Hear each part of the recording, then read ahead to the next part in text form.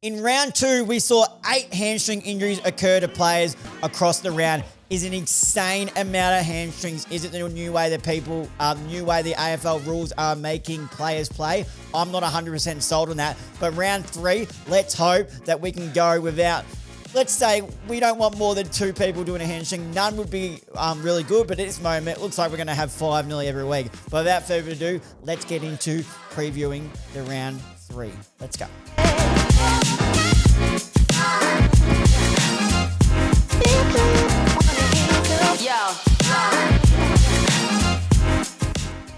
Hello, everybody, and welcome back to the Up the Guts podcast. Joining you as always is your host, Trent Yolton, or some of you might know me as Tricky. And yes, this is the preview where I give my tips and predictions for the round of footy, and we are going into round 3. But before we start doing that, as some of you may be aware, we run our own tipping competition over here at Up the Guts. So I forgot to do it in last week's episode. So I'm going to get straight into it now so I don't forget. So let me go over what I forgot to do, was go over the ladder. Let me go have a look at the ladder, and I'm going to read. So there's 20 players in this, so I'm going to read out the top 10.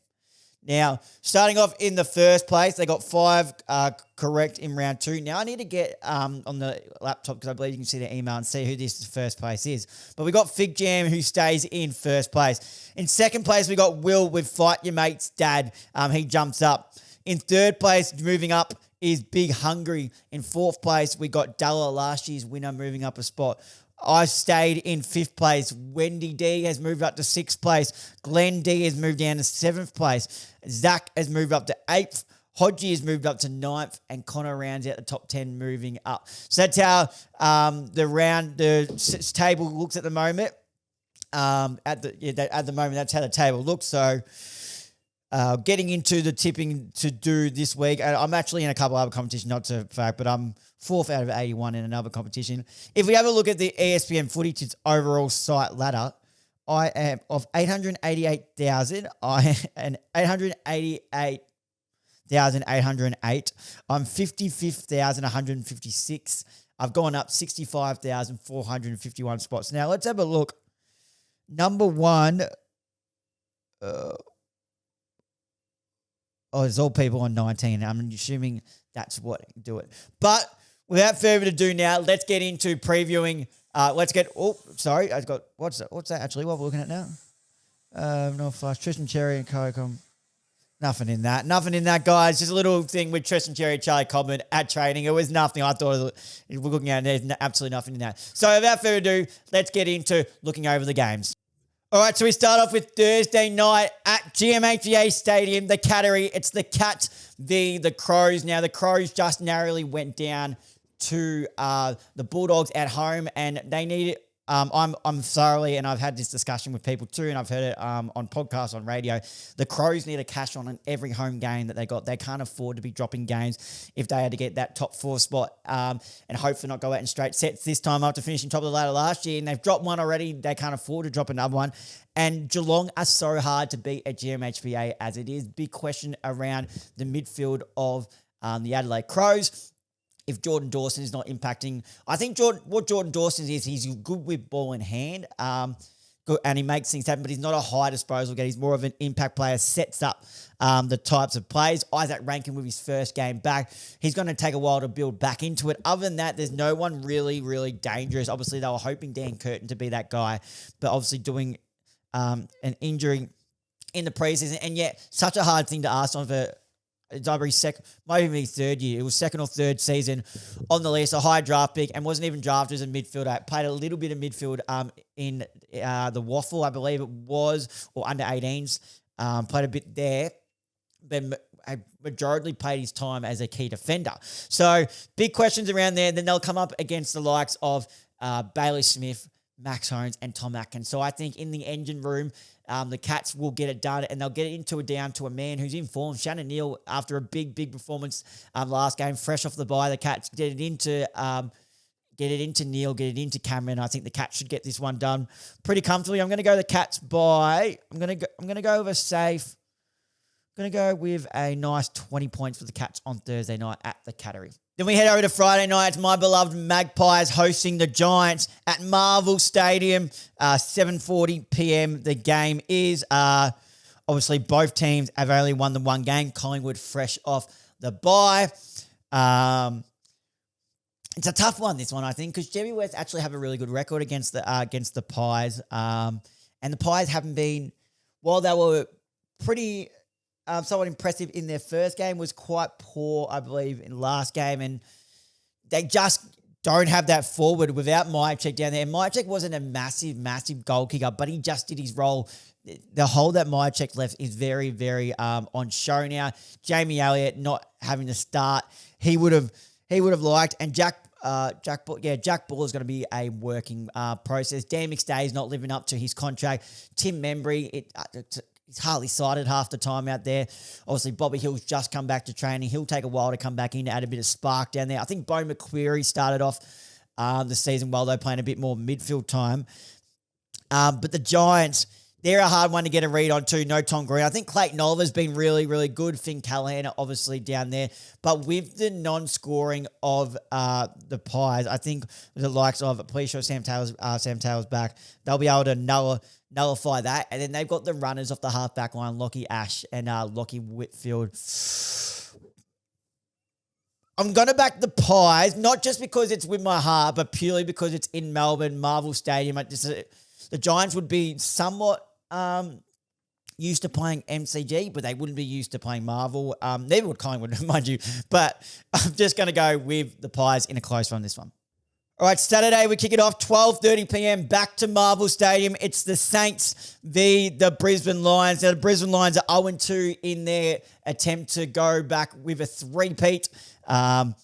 They're going to welcome some players back in their side. Hugh McCluggage looks unlikely to make his way back in after his injury, but it looks like they'll welcome, believe it, Zach Bailey, Darcy Carter, Harris Andrews, which are all massive ins. St Kilda finally got the win that they were searching for after losing the first two games. And by all means, they did not look disappointing in those first two games, just narrow losses, but they really did need that win, and they finally got it. But I think this is where Brisbane get their first win on the board for the season. I think they're just too strong, adding those players back into their side. I get it, it's at Marvel, and it's hard to tip against Saints at Marvel, but Brisbane Lions are a different beast, and I think they're just starting to cook. So fresh off the bye, I think it's a bye that they needed to allow those players to rest up, and then they can add them back into their starting side. So I'm going to be going with the Brisbane Lions. Then we head over to Optus Stadium for 4:15 p.m. Fremantle are hosting Richmond, and Fremantle currently sitting fifth on the ladder with a 1 win and 1 loss. The Lions have lost both games, but have looked... No, I'll take that back. They were admirable in the first game, not last week. And they've lost some injuries to some key players. So their key forward, Tom Lynch, while he's not impacting the scoreboard sometimes or inaccurate kicking, he plays hard, tries his hardest, hangs on to marks, and has the leadership down there. And Toby Nankervis also has gone down with a hamstring. Now, that leaves a big question on who they're going to play in the ruck. I'm not even quite sure who. Let me just pull up the VFL. Was Samson Ryan still going around in the ruck? I'm just going to have a look if this app wants to load. Give me 1 second here, guys. So, Oliver Hayes-Brown was the ruckman on the weekend for Richmond in the VFL. He had 17 disposals and 15 hitouts, came up against Braden Crosley, who had 40 hitouts. Campbell Gray did a little bit, had 2 hitouts, and Liam Forsyth had 1. So, and he kicked 2 goals for. So, I'm thinking they might bring in Liam Forsyth, or they could even possibly ruck Noah Bolter at periods. I'm not too sure. That's a big hole for such a young side, and I think Freo get this done quite convincingly, but that ruck spot is going to be a massive question for them. I guess they might just have to rotate the young key forwards. I'm not too sure. Let me know in the comments who you think will come in. Then Saturday night, we swing it back to Marvel Stadium for 7:35, and it's Essendon hosting North Melbourne. Now, this is a really interesting game. Essendon currently sitting at the bottom of the ladder, lost both games, and were just poor last week. North Melbourne sitting 6th with 1 win, 1 loss. Really good win in the first round against Port Adelaide, but disappointing against the West Coast Eagles. They should never have gave up that lead that they had. But I think this is going to be a really interesting game because it's going to say it's both teams' coaches under fire. People are coming for Brad Scott's head. He's come out and pretty much signalled out people. So Andy McGrath was said to tell everyone to get out except for the playing 23, and they said air out any differences we have right now. interesting enough, they added Zach Merritt back into the leadership meetings, which is really strange. Like, why would you? This guy tried to get out of your club just the November last year. He tried to get out. He didn't want anything to do with it. So then when it didn't happen, you stripped him of his captaincy. And now when your side is going poor, you add him back in for leadership advice. That is just weak. I can't believe that they would add him back in when he hasn't even got the club at his... You can't tell me he's not going to try and somewhat get out again and go fight and chase some more winning, and more success is the better term, I should say. But not just that. You can't strip him of captaincy, and then when you need some leadership, add him straight back in. It just doesn't work like that. Like, that's just poor from the Essendon Football Club. And in this one, the big battle I'm going to think, Ben Mackay or Nick Larkey. I'm on big Nick Larkey watch. He kicked 6 last week. Could be in for another big one. I've heard Ben Mackay has been doing okay but I think Nick Larkey could really get on top. And I think where North Melbourne can get on top here is through the midfield. Harry Sheasel, 40 disposals last week. LDU, 32 and 7 clearances. Bit of Tom Powell running through there. Jai Simpkin obviously running through there as well. Finn O'Sullivan running through there. It'll be interesting to see if Merritt goes in the midfield and starts running amok, if they run Finn O'Sullivan with him. That's a watch. I'm actually going to be going with the Kangaroos to get their second win for the season. It could go either way, but I'm going to go with the Kangas. We head over to Sunday in the penultimate game of the round. It is Adelaide over 12:30 p.m. Port Adelaide v West Coast. Now, this is another one I'm not okay with. First of all, it's a 12:30 game. That's a bit strange, but sending West Coast over to play a 9:30 game, 9:30 their time, and expect people to get up to watch it at 9:30 there.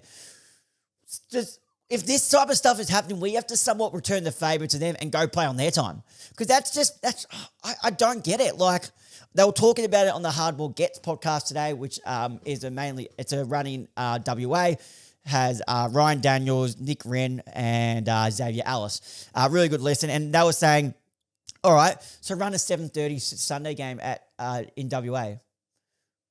Because expecting WA viewers to get up and watch it at 9:30, and not only that, they have to change their own sleeping. The West Coast, pretty much like they'll be getting up as if it's like 5 a.m. their time, but really, do you know what I mean? Like, it's a bit ridiculous, but I think this is a big watch game. I think Port do get it done purely because it's at home, although West Coast were really, really impressive last week in their first win since round 11 in 2025.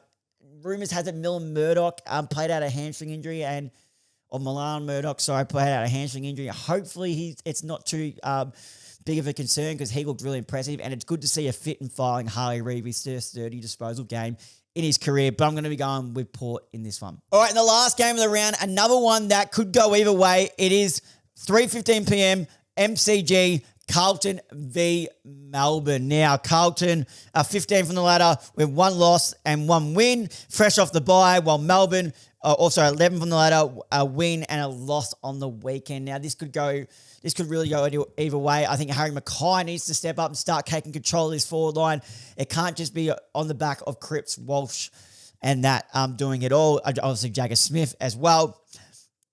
But I think he needs to stand up, or I don't know who else it could really be. It needs to be his forward line and to take control. I think Buck Pittner's doing a pretty good job in the ruck, so just play Harry out of the square. Don't play him as a second ruck. Play him out of the square. Whereas Melbourne, they're exciting. They move the ball fast under Stephen King's, and I think I'm going to be going the Demons. They're not going to be great. They're going to get pumped sometimes, but they're going to do it their way. They're going to play exciting, fast brand of footy and get the ball moving into the hands of the Cozzy Pickett's, into the hands of the Latrell Pickett's, Trent Rivers, Caleb Windsor, into their hands like that, and get the ball moving down there, especially when you got Jacob Van Rooyen, who kicked 6 goals. Was it last round or the round before? Finally back in some form. And then Max Gordon in the middle is always going to take charge. That's where I think they can get on top with the dominance of Max Gordon in the ruck, and then just using their fast brand of footy, getting it into the forward line and locking it in could really, really... We've seen what the Carlton defence is like when it's under pressure. It's not pretty. So I'm going to be going with the Demons. Well, there you have it, guys. There are my tips and predictions for the round 3 action in the footy kicking off just tomorrow. I'm recording this on Tuesday. By the time it's released, it'll be Wednesday night, so it will be tomorrow night as you are watching this. Thursday night, the first game between Geelong and Adelaide at the Cattery. So just to rebrand over my tips, I've gone Geelong by 20 points, gone Collingwood over the Giants, Brisbane Lions over the Saints, gone the Dockers over the Tigers, gone the Kangas over the Bombers, and I've gone Port Adelaide over West Coast, and I've also gone the Demons over the Blues, obviously with Gold Coast, Hawthorn, Sydney, and Western Bulldogs with the bye. But it's going to wrap up this episode, guys. Thank you guys for watching and listening along. If you are watching this on YouTube, please, I stress enough, the likes and comments are really, really going well on the algorithm. I know you're probably getting sick of me saying it, but that's the way we're going to grow this channel, and I want you guys to come along with me. So please, if you enjoyed this video, make sure to leave a like and comment on this video. Hit that subscribe button as we race towards 400 subscribers, 370 plus last time I looked just before recording. Hit that notification bell on so you notify whenever we upload too. If you're on audio listener and listen to this via Spotify and Apple Podcasts, make sure to leave a like and comment on this episode. Hit that follow button, turn the notification bell on so you notify whenever we upload. Share this off to another footy mad friend who you think will enjoy this. And please, guys, remember, if you do enjoy the show, please leave a 5-star rating on it, as that does help get this show out to newer listeners. Thank you guys for watching and listening along. And until next time, I'll see you guys then.